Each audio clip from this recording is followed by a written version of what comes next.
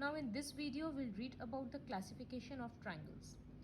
Triangles को sides और angles के basis में classify किया जाता है. जैसे अगर sides का basis देखें तो triangle तीन तरह का होता है. सबसे पहला स्केलिंग ट्राइंगल, जहाँ तीनों ही साइड इक्वल नहीं है. जैसे ये ABC में 4, 5 और 6 सेंटीमीटर्स है, यहाँ 3, 4, 5 है. तो a triangle whose no sides are equal is called a scalene triangle. Isosceles matlab where two sides will be equal. As you can see in this diagram, two sides are of length 4 cm and the third one is of 5 cm. इसी तरह से इस triangle में दो का length 8 centimetre है. So these two triangles where two sides are equal are called isosceles triangle. Learn the spelling of isosceles properly. Where three sides are equal, that is all the sides are equal, then it is called equilateral triangle. तो जब तीनों side equal होता है तो equilateral. फिर angles के basis पे अगर क्लासिफाई करेंगे तो तीन ट्राइंगल होता है. जब एक ट्राइंगल का सारा एंगल्स एक्यूट होता है, मतलब 90 से कम, then it is called acute angled triangle. जब एक एंगल 90 होता है और बाकी दोनों एक्यूट है तो बोलते हैं राइट एंगल्ड ट्राइंगल. जब ट्राइंगल का एक एंगल 90 डिग्री होता है तो बाकी दोनों एक्यूट होगा ही, ये रूल है. No other angle can be obtuse. Why? Suppose ये ऑब्ट्यूज है और 91 होता तो इन दोनों का सम ही 181 हो गया, तो फिर इसका ऐड करेंगे तो और क्रॉस करेगा. लेकिन हम लोगों को पता है कि तीनों एंगल ऐड करने से 180 आता है. तो इसी वजह से अगर एक राइट एंगल है तो बचा हुआ दोनों एंगल एक्यूट होगा. ये एक प्रॉपर्टी है. दूसरा एक ये भी है कि एक ट्राइंगल में एक ही ऑब्ट्यूज एंगल हो सकता है. जैसे ऑब्ट्यूज एंगल ट्राइंगल मतलब एक ऑब्ट्यूज है तो देखो बाकी दोनों एक्यूट है, फिर ऑब्ट्यूज है तो बाकी दोनों एक्यूट है. क्यों ऐसा? क्योंकि अगर एक ट्राइंगल में सपोज दो एक्यूट एंगल दे देते हैं, यहाँ 120 डिग्री और यहाँ 100 डिग्री और ये 50, तो ये जब सम करेंगे तो 180 से ज़्यादा हो जाएगा और ये पॉसिबल नहीं होता है.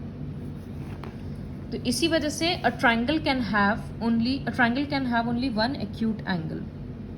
ये सारा यहाँ लिखा है. See, a triangle can not have more than one right angle.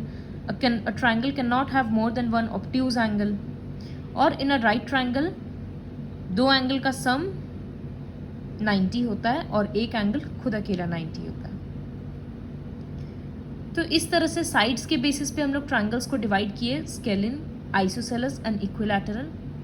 और एंगल्स के बेसिस पे डिवाइड किए acute angle triangle, right angled triangle और ऑब्ट्यूज एंगल्ड ट्राइंगल. और ये सारा प्रॉपर्टीज़ देखें. फिर एक प्रॉपर्टी है इक्विलैटरल ट्राइंगल में हम बताए कि साइड्स इक्वल होता है. जैसे ये 6 सेंटीमीटर, 6 सेंटीमीटर, 6 सेंटीमीटर. एक्चुअली ये तीनों एंगल भी इक्वल होता है. तीनों का वैल्यू 60 डिग्री है, फिक्स्ड होता है. ज़रूरी नहीं है 6 है बोलकर 60 हुआ. अगर ये 4 सेंटीमीटर 4 सेंटीमीटर होगा तो भी ये 60 डिग्री ही होगा. तभी तो 60 + 60 + 60 180 हुआ. तो equilateral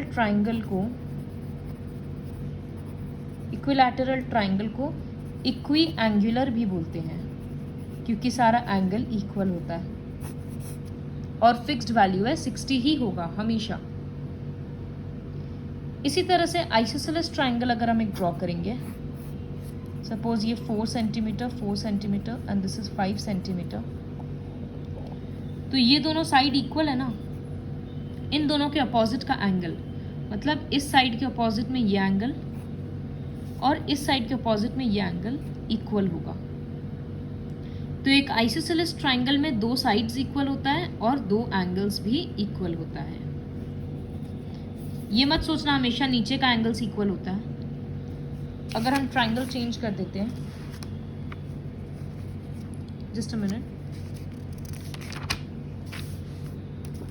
suppose this is a triangle, ये और ये साइड इक्वल है, 3 centimetre 3 centimetre and this is 4 centimetre. तो इस साइड के अपोजिट में ये एंगल और इस साइड के अपोजिट में ये एंगल इक्वल होगा। इस बार ये दोनों नहीं हुआ। तो angles which are opposite to equal sides are equal. तो इक्विलैटरल में अगर समराइज करेंगे तो 3 साइड्स एंड 3 एंगल्स इक्वल होता है। आइसोसेलेस में 2 sides and 2 angles are equal, and in scalene triangle no sides are equal to each other, so no angles are equal to each other. ये हो गया classification. These things are already written in your book, go through it once. Now I'll start the exercise. Exercise 11.2. 2 angles of a triangle are in the ratio 2:3 and third angle is given, find the other 2 angles. जब ये ratio वाला question होता है तो हम लोग लिखते हैं let the common number be x. तो वैसे ही लिखेंगे अभी भी। Exercise 11.2, let the common number be x. तो एक ट्रायंगल ड्रॉ करते हैं। उसमें बोला है एक एंगल 60 डिग्री है और बाकी दोनों 2:3 है। इसका मतलब other 2 angles are 2x and 3x। तो ये 2x है और ये 3x है। Now sum of 3 angles of a triangle कितना होगा? 180 degree. So sum of 3 angles equals to 180, which implies 2x plus 3x plus 60 equals to 180 degree. फिर क्या होगा? x वाला पोर्शन ऐड होकर 5x हो जाएगा। अब जैसा लीनियर इक्वेशन में सिखाए हैं, ये 60 पहले उधर जाकर सब्ट्रैक्ट होगा, तो 180 माइनस 60 डिग्री 120। फिर 5 तो x के साथ मल्टीप्लाइड है ना, विच इम्प्लाइज का साइन देना मत भूलना। तो ये नीचे जाकर डिवाइड हो जाएगा, 120 बाई 5 24। तो अदर 2 एंगल्स क्या होगा? एक था 2x मतलब 2 इंटू 24 डिग्री 48 डिग्री, और तीसरा वाला है 3x मतलब 3 इंटू 24 डिग्री 72 डिग्री। 24 मत लिख देना, इस तरह से कैलकुलेट किया जाता है। For the next questions will have to draw the figures in copy. ये हम थोड़ा रफ में दिखाएंगे और सारा सम नहीं दिखाएंगे। So this is 120 degree, this is x and this is 2x. अब इस क्वेश्चन में x का वैल्यू निकालना है, तो वो कैसे करेंगे? तीनों का सम तो 180 होता है पता है, बट यहाँ पर ये वाला एंगल कैसे निकलेगा? ये दोनों मिलकर 180 बन रहा है ना। तो हम लिखेंगे, इस एंगल का नाम है एंगल R, मत लिखना सिर्फ, क्योंकि R के दोनों तरफ एंगल है। तो will use 3 letters, angle PRQ। यहाँ लिखेंगे here angle PRQ plus 120 degree equals to 180, दोनों मिलकर 180 बन रहा है। तो यहाँ पर एंगल PRQ कितना होगा? 120 उधर जाकर सब्ट्रैक्ट हो जाएगा, तो 60 डिग्री आ गया। अब क्या होगा? Now angle P plus Q plus ये वाला angle PRQ equals to 180, because 3 angles of a triangle. P के बदले विच इम्प्लाइज का साइन दे रहे हैं, P के बदले x, Q के बदले 2x, PRQ के बदले 60 degree. Now you can solve this one, just first question में जैसे किए थे। फिर सेकंड क्वेश्चन में है, यहाँ पर स्क्वायर बना दिया, इसका मतलब ये 90 डिग्री है। तो x plus 55 plus 90 equals to 180, तो सेकंड क्वेश्चन में कैसे लिखेंगे, here a plus B plus C equals to 180, फिर a के बदले x, b के बदले 55 और c के बदले 90। ये ऐड हो जाएगा, फिर उधर जाकर सब्ट्रैक्ट हो जाएगा, x का वैल्यू आएगा। Likewise you will have to do question 3। Question 4 भी खुद से करना है एंड 5 ऑल्सो। क्वेश्चन नंबर 6 भी इजी है, ऑलरेडी ये दोनों x x दिया हुआ है, तो पहले ये वाला एंगल निकाल लेंगे, एंगल ABC 180 माइनस 150, और फिर थ्री एंगल्स का सम 180 होता है, वो प्रॉपर्टी अप्लाई करेंगे। Now question number 3 is are the following triangles possible.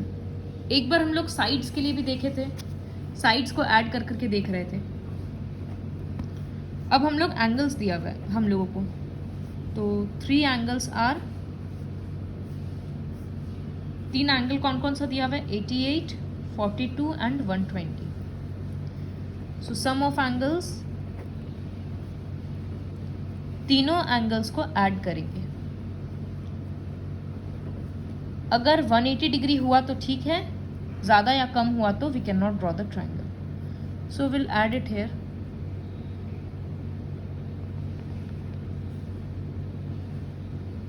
$250 आ रहा है, so no we can not draw the triangle. Why? Because sum is greater than 180। तो यहाँ पर लिख देते हैं 250 degree not equals to 180, equals to देकर काट दिए, therefore triangle is not possible.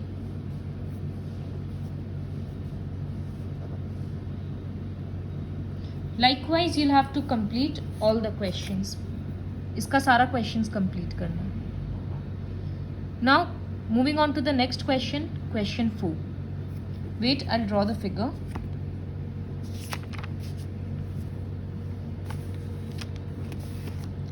The question is, one of the exterior angle of a triangle is 125 degree. तो ये triangle है और एक एक्सटीरियर एंगल हम इस तरह से निकाले हैं।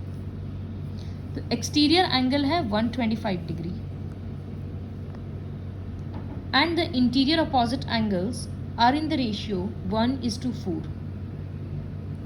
इस ट्राइंगल को नाम दे देते हैं,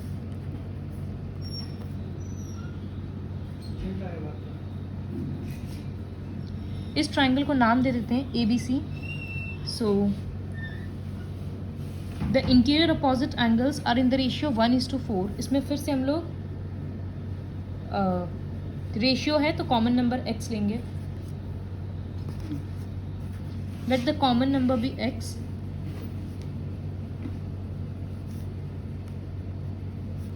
सो 2 एंगल्स क्या होगा, 1 और 4 है ना, तो 1 टाइम में शगुन कुछ करो, हम भी देखें। So 2 angles are x and 4x। तो ये x and this is 4x। Find the angles of the triangle. ये फिगर ड्रॉ करने के बाद क्लियर हो गया। सबसे पहले ये वाला एंगल निकालेंगे, here angle ACB plus 125 degree equals to 180। यहाँ से ACB निकल जाएगा, 180 माइनस 125, तो ACB equals to 55 degree. Now x plus 4x plus 55 equals to 180 degree. फिर सॉल्व करेंगे तो x का आंसर आएगा, फिर जैसे मल्टीप्लाई करके निकाल रहे थे वैसे दोनों एंगल निकालेंगे। इसी तरह से 5th क्वेश्चन है कि ABC is an isosceles triangle in which AB equals to AC। जब AB और AC इक्वल है तो दोनों के अपोजिट का एंगल्स भी इक्वल होगा, तो x और x ले लेते हैं, और एंगल A 30 दे दिया। तो अब तो समझ आ गया x प्लस 30 इक्वल्स टू 180। वैसे सॉल्व करेंगे, लेकिन उसके पहले लिखना होगा let angle B equals to angle C equals to x। Now A plus B plus C equals to 180, फिर ए के बदले 30 प्लस एक्स इक्वल्स टू 180, यहाँ पर 30 प्लस 2x इक्वल्स टू 180, फिर सॉल्व करते जाएंगे। इसके बाद क्वेश्चन नंबर 6 है, is it possible to draw the following triangles, a triangle with 2 obtuse angles. ये हम ऑलरेडी डिस्कस कर दिए कि no we can not draw a triangle with 2 obtuse angles because the sum will be greater than 180। फिर इसी तरह से बाकी का सारा खुद से सोच के रीज़न भी लिखना है। Name the triangles on the basis of the sides, sides के बेसिस पे ट्राइंगल्स को क्लासीफाई करना है। जैसे ये राइट एंगल तो दिख रहा है, लेकिन राइट लिखेंगे नहीं क्योंकि यहाँ तीनों साइड अपोजिट उल्टा है, सेम नहीं है, तो will say this is a scalene triangle. Question number 8 is the angles of a triangle are in the ratio this, find the measure of each angle. तो 1x 3x 5x ऐड करके फिर angles calculate करेंगे। Now question number 9 is very important.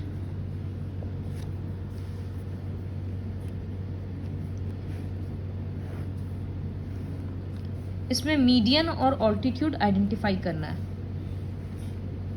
तो median किसको बोलते हैं, यहाँ 90 degree दिखाया है, तो इस फिगर में ऑल्टीट्यूड कौन सा होगा। ऑल्टीट्यूड तो वही होता है जो 90 परपेंडिकुलर होता है बेस पे, तो PD इज द ऑल्टीट्यूड। और मीडियन कौन सा होगा, मीडियन मतलब जो मिड पॉइंट से अपोजिट वर्टेक्स को ज्वाइन करता है। तो इस लाइन का मिड पॉइंट कौन सा लग रहा है, F या D, ऑब्वियसली F। तो मीडियन कौन सा होगा, PF, क्योंकि मिड पॉइंट से अपोजिट वर्टेक्स को ज्वाइन करता है। तो इसी तरह से दूसरा वाला जो क्वेश्चन है उसमें ट्राइंगल है एक्चुअली ABC।